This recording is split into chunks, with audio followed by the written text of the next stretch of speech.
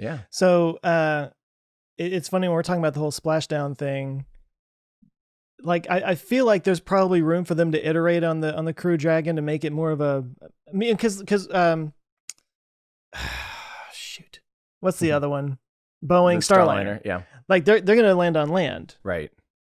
So I was kind of in my head thinking, well, they could probably kind of reconfigure Crew Dragon to land on land so there's not all this splashy stuff. But then I thought, but they're probably allocating all of their development resources to this other thing called Starship. Nice, nice segue. Good segue. Man, that's like a Vince Carter 1996 dunk right there. Oh. I did a segue without saying the words "speaking of." Wow, this is a new day. Except I just said it, didn't I? Yeah. Well, remember this So shiny close. steel trash can looking thermos thing that's out in Boca Chica, Texas that I've been eagerly watching since forever, for months and months and months. Well, How many aborts did you go through? My God. Well, here, let's just look at my poor channel because it was like, Do not watch this. Do not watch yeah, this. Do not watch. this. Do not watch. Look at the past 4 are Scrub, don't watch, Scrub, don't watch. And before that, it was Static Fire. Yeah. We should probably watch the Static Fire first because this was the actual Static Fire. Let me think. When did that actually happen? It was near the end, and I got out of there right away. Oh, that was it. When did it? Oh, yeah, this is the one where, I got to tell you guys a story. So we kind of find out for sure they're doing it. And Rachel and Jean, who record for me, they live on South Powder Island and they boat out there to this, like right outside the exclusion zone. They just have this place where they shoot. And so I'm telling them, I'm like, oh, guys, they're saying that there's venting, the road's clear, pad's clear. And all of a sudden people are realizing like, oh, it actually is going in. This is literally right when I got off the recording of our Ludicrous Future last week. So I'm texting them, get out there, get out there. They boat out there as quick as they can. It's low tide. So they had to literally carry their, drag their boat like a quarter mile or half mile through like this low tide and set up right up. And we went live about 1 minute before Static Fire. And I was just like, could not believe it. So I was just elated that they got there in time. And that we happened to catch it. And this was the Static Fire. This is one of the things, this is the big milestone, is making sure the engine works and doesn't blow itself up or doesn't catch the stuff on fire. Like this is, people are always like, what's so exciting about that? Because it only lasts like 2 or 3 seconds, but it's like, you got to validate a lot of systems here. There's literally hundreds or thousands of valves and, sensors and all these things that need to all be okay. And I'm just sitting there like, we made it in time? And I'm still thinking like, it's not going to go. It's not going to Static Fire. We've seen this 100 times, right? And then it did. I don't know where it is, but it's in there. Okay, here we go. There it is. Yeah. So yeah, we're just sitting there waiting. And all of a sudden, next thing you know, finally we see the flash of the engine. And it's still definitely a pucker moment as soon as you see it. Like, again, are things going to catch on fire? And now we know that big purge must be right when they're doing startup. Mm. And look at that. It is just perfect. And then this is, as soon as it was done, it detanks itself. I learned actually a lot about the detanking process. I got to talk to, not engineers at SpaceX, but I was talking to some engineers about, I just still don't understand like the pressure and all that stuff. But basically, you have helium to back pressure to fill up the actual tanks to make sure that they're at their operating at their operating pressures. Most rockets fly at 3 bars, so 3 times atmospheric pressure. So they're like, want to burst basically. We think SpaceX with the Starship is closer to 5 or 6 psi based on tweets that Elon's talked about with operating pressures and operating loads and stuff like that.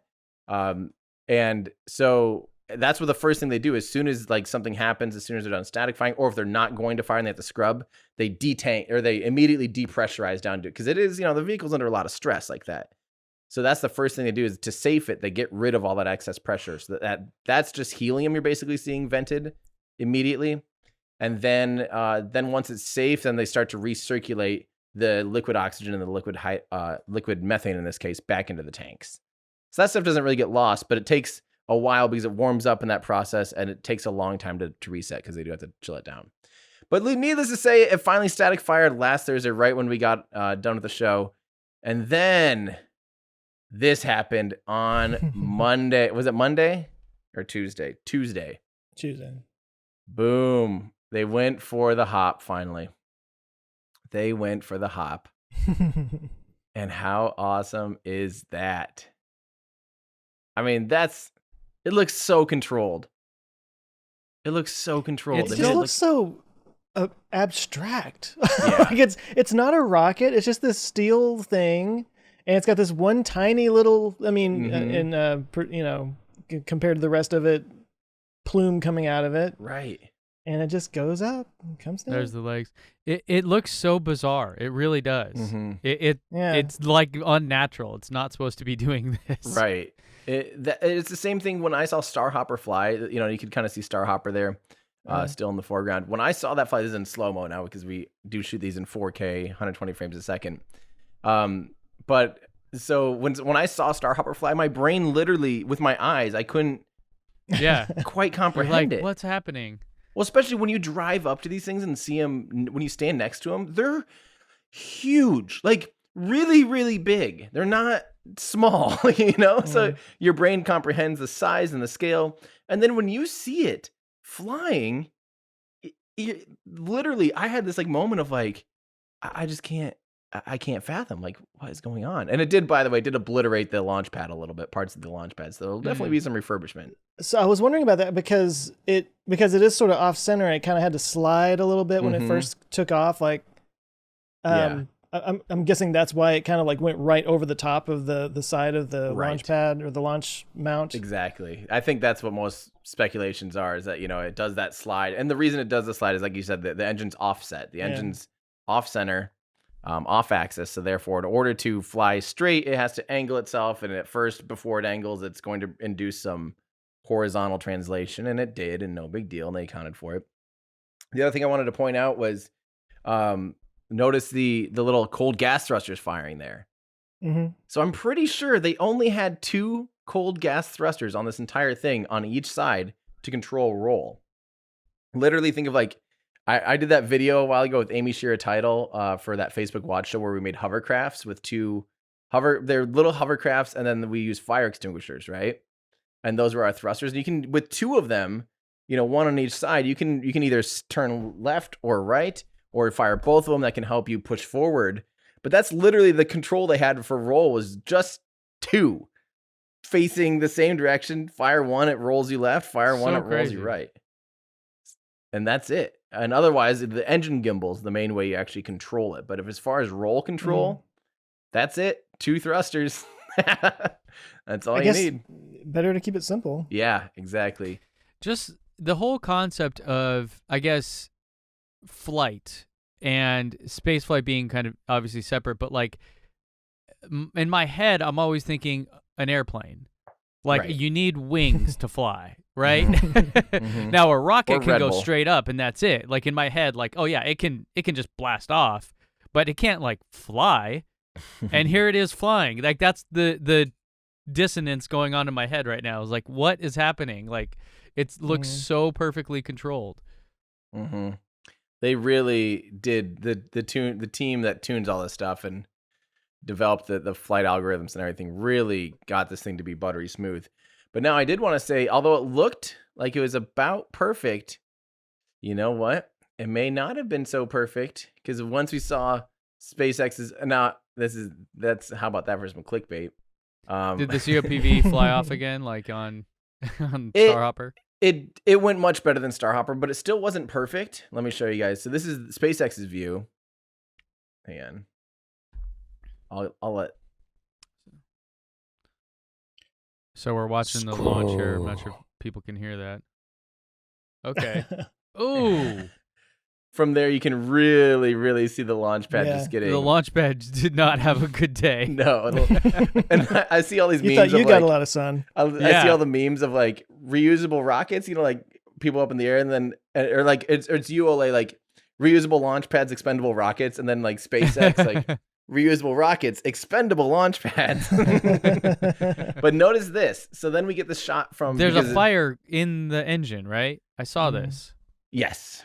you are seeing correctly. There is absolutely, without a doubt, a fire. Not in the engine, because that's where the fire is supposed to be. There's a fire Oh, right. on the engine. On the engine, yeah. On the engine.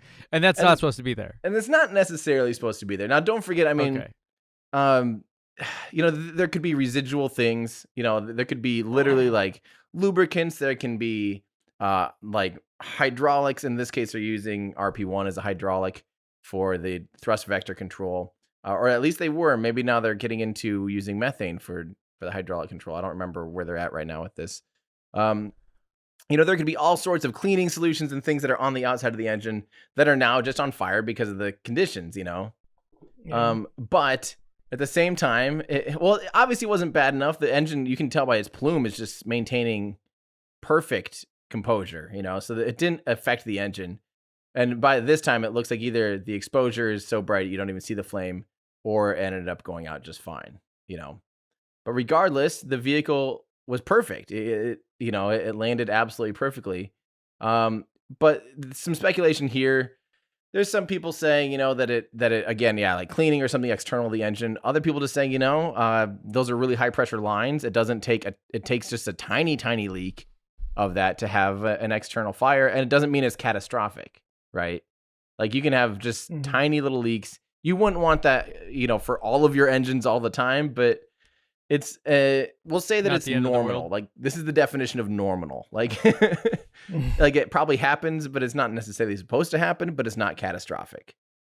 Yeah. So in Discord, yeah, people are saying that SpaceX didn't have to release the video with the fire. Like they didn't have to show us this angle, but they did, and it's just cool. They showed us, a glimpse of that.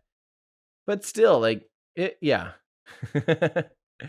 So hopefully, if you want to reuse a vehicle over and over and over again, a fire like that is probably not what you're going for. Right. Yeah. Right. But we haven't gotten confirmation as to exactly what that is yet. It's all still us just kind of speculating. Right. And in the grand scheme of things, the Raptor is still new, and already that's serial number 27 Raptor. Remember how last year they're flying like number 7 for Starhopper? Like 6 and 7 were being used, and now we're at 27, and we're literally well into the 30s now. It's like they're just still making constant improvements. Like all of these, every time they go out to the pad to fix something, that's a data point for them to make an improvement. Plain and simple. So yeah, it's still not perfect, but it's also like the most advanced rocket engine in the world, and it's being iterated on still weekly, basically. But I think they're getting a lot closer to like proper flight articles. And we're going to see. So basically what's next is I think they're going to do more hops. I don't know if they're going to do more hops with serial number 5. I don't know if they're going to do more hops with 6, if they're even going to use 6. They have serial number 8 being stacked right now, which is a little more advanced. Likely will have the aero surfaces on it. But I think they'll probably almost the wing type things. Exactly. The flaps. My guess is they're going to probably almost repeat this again, just to try to make the operation smoother, try to make improvements to fuel up, maybe Once not have they the build engine up the start on launch pad fire. again, right? Yep. Just kind of get better at this process. And Elon's even said that, people were asking Elon, so what's next basically? And let me find that actual reply so that I can quote it and not just, so Elon said, we'll do several short hops to smooth out launch process, then go high altitude with body flaps. So, so expect probably more like this. This will probably become fairly routine, just like it did with the Grasshopper and the F9R vehicle. And they'll just get better at using methane. They'll get better at fueling up and pressurizing the vehicle, at disconnecting from the launch pad, that, and not having the launch pad explode every time they take off. They'll just be making improvements from here. And hopefully it just means a quicker, now, think about how much they learned now that they did have some success and don't have to start over from scratch on a new vehicle. They actually at least have one standing there. Although standing at an angle, I feel like I should say that a lot of people are like, it's crooked, but those are version 1 legs, and it landed on one side and then probably rocked back to the other, and there's no way to like re-level. They'll eventually make beefier legs. I think already for the next one, they're going to go with beefier legs. And then eventually, Elon said version 2 will have auto leveling. It probably, it seems like, I mean, it's really bizarre how it looks unstable with all those legs, because there's just short little things, compared to like the typical like tripod style. Right.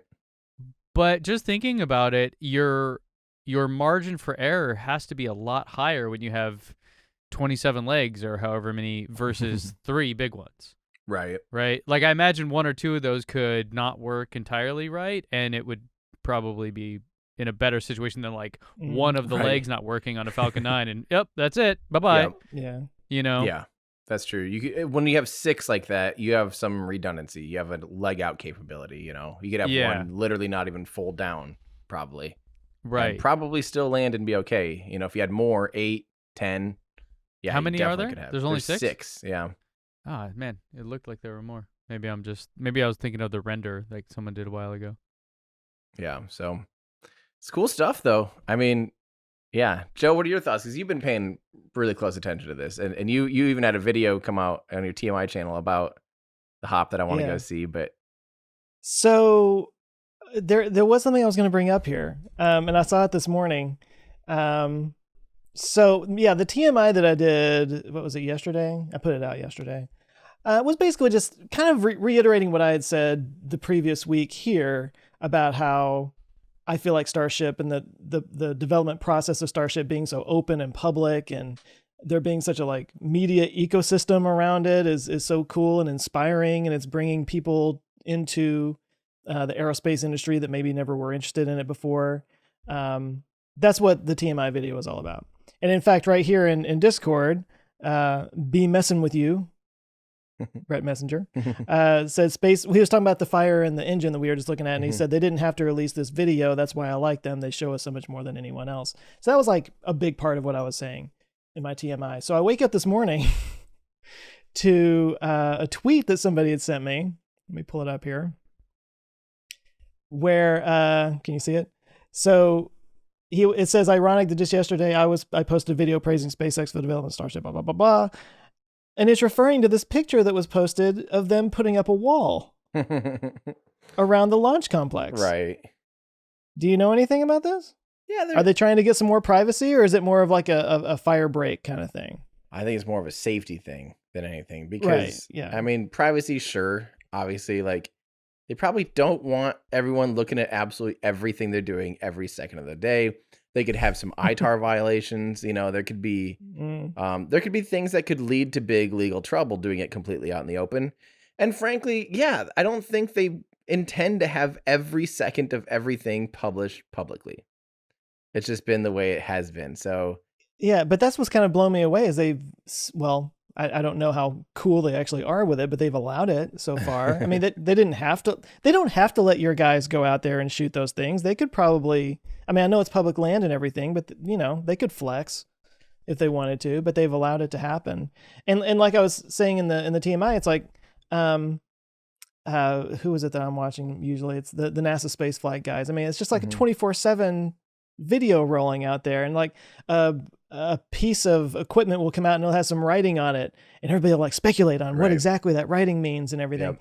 And I mean, safety and what do you call it? ITAR violation? Yep. Right. All of that aside, it's also trade secrets. Yeah. There, you know, there's other companies that are doing this that there's, you know, quote, in competition with. So I've been kind of amazed that they're just allowing this to just happen out in the open like this, and I think it's cool. But I didn't know if that's what this wall was about, or if it was, because it looks like it's pretty close to the launch. I mean, it's right there where the Star Hopper is. So I figured it was something about breaking the dust or something. I don't know. So the Star Hopper moved, and it's now just right next to the road. So it's off from like the launch pad and stuff. And it's basically just now like a monument / like they're using it for cameras and radars, and like they're just sticking weather stuff to it and stuff. Like at this point, it's just a cheap tower for them, you know? Yeah. But I think it was just a matter of like resources at that point in time. Like, why spend time on that when that's going to slow them down? Why dedicate money and teams to like making a private thing when it's like they're sprinting so fast that even if they leak some trade secrets, it would be 5 more years before someone else got to that point, you know? Yeah. But at the same time, like I think it's just now to the point where they have a big enough team and they're building out a legitimate enough infrastructure. They're finally like, okay, now let's actually put up some proper walls, you know, stuff like that. Well, you don't want the same situation you just had in the Florida with the splashdown, right? You don't want people driving their trucks up there, taking pictures next to it, you know, graffitiing their name on stuff or whatever. Well, Last year, that It guy, is Texas after right all. the day after the Starship event, there's that guy that it was really windy at the Starship event last year, and one of the fences blew down at the Starhopper pad. And a guy, I was sitting there shooting the tease for my video where I'm like, doing my stand up at the beginning. Not only was he interrupting me in the middle of shooting and like recording me filming, I'm just like, dude, no. But as soon as we're done, he's like, guys, you should go down to Starhopper right now. You can just walk right up to it. We're like, what do you mean? He's like, yeah, the fence blew down. You can just walk right up to it. I'm like, that doesn't mean you can walk up to it. Like, it's still private property just because the fence I was doing is like parkour on it earlier. Come on. Yeah. And he took pictures of Starship or of Starhopper with everything, and he got arrested. They caught him Whoa. about to fly home at the airport and took him to jail and slapped him with wow. some major fines. Because of course you're trespassing. Like, it's posted everywhere, no trespassing. Like, just because the fence is blown down. It's like they're doing all this out in the open, and they're being so open about everything. It's like you got to have a boundary somewhere. This is still private property. You Right. can't just go walk up there. Right. So yeah, some of it's probably just like proper security too now to have a real life fence instead of just a chain link fence and stuff like that, and Just like a mixture rope. between You privacy just, and put security. a velvet rope around the whole thing. Stay Yeah. back. Stay back. At SpaceX, we do things luxurious. There's a bouncer. Yeah. Yes. For no reason, just standing out there, just looking, bobbing Yeah. his head. Yeah. In a suit Yeah. You guys on with the a little ear list? thing. You on the list? Let's see you. Yeah. Yeah. Yeah. Yeah. We're full. We're at capacity. It's just a giant field with no people. I don't care who your daddy is. Oh, there you go. So that's SpaceX's insane week. Like, realistically, you can basically put August 2020 down as a huge moment for SpaceX history, where they successfully demonstrated they can not only fly humans and return them safe and do all that stuff flawlessly, but now they're really demonstrating a lot more advanced prototypes of Starship. And now that they've done that, get ready, because they're firing on all cylinders out there, and they are going absolutely wild. Firing. What?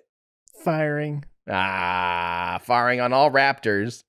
And Are yeah, there I just there's no expect well, cylinders. Actually, the Starship is a cylinder. yeah, That's they're basically what it firing is. Oh, there you underneath go. all Yeah, cylinders. see? Okay. Now, if somebody said Tesla was firing on all cylinders, that wouldn't make any No. sense. I would throw my coffee at them immediately. That's right. There are no cylinders in a Tesla. But realistically, I just expect things like, I was hoping to see like this kind of pace last year, because that's what Elon was talking about. But of course, I think he was being too optimistic about their current capacity and output. But now, like, seeing the capacity of the site, seeing how quickly they're doing things, and seeing that now they really did demonstrate that they know what they're doing, and it's not just a bunch of pieces farted together in a tent. Like, I think they're ready now. I think it's time we're going to start seeing this become routine. And that's exciting. Hey guys, thanks so much for watching this clip from our show. If that's just not enough for you and you want to watch the full episode, you can go to olfpod.com/YT. And if you want more from us, you can consider becoming a Patreon member. You'll get early access to episodes. You can join our awesome community. You can actually watch us record live and get your name in the credits by going to olfpod.com/Patreon. So thanks everyone for watching. Check back every Friday for new clips here and new episodes on the main channel. Thanks, everybody.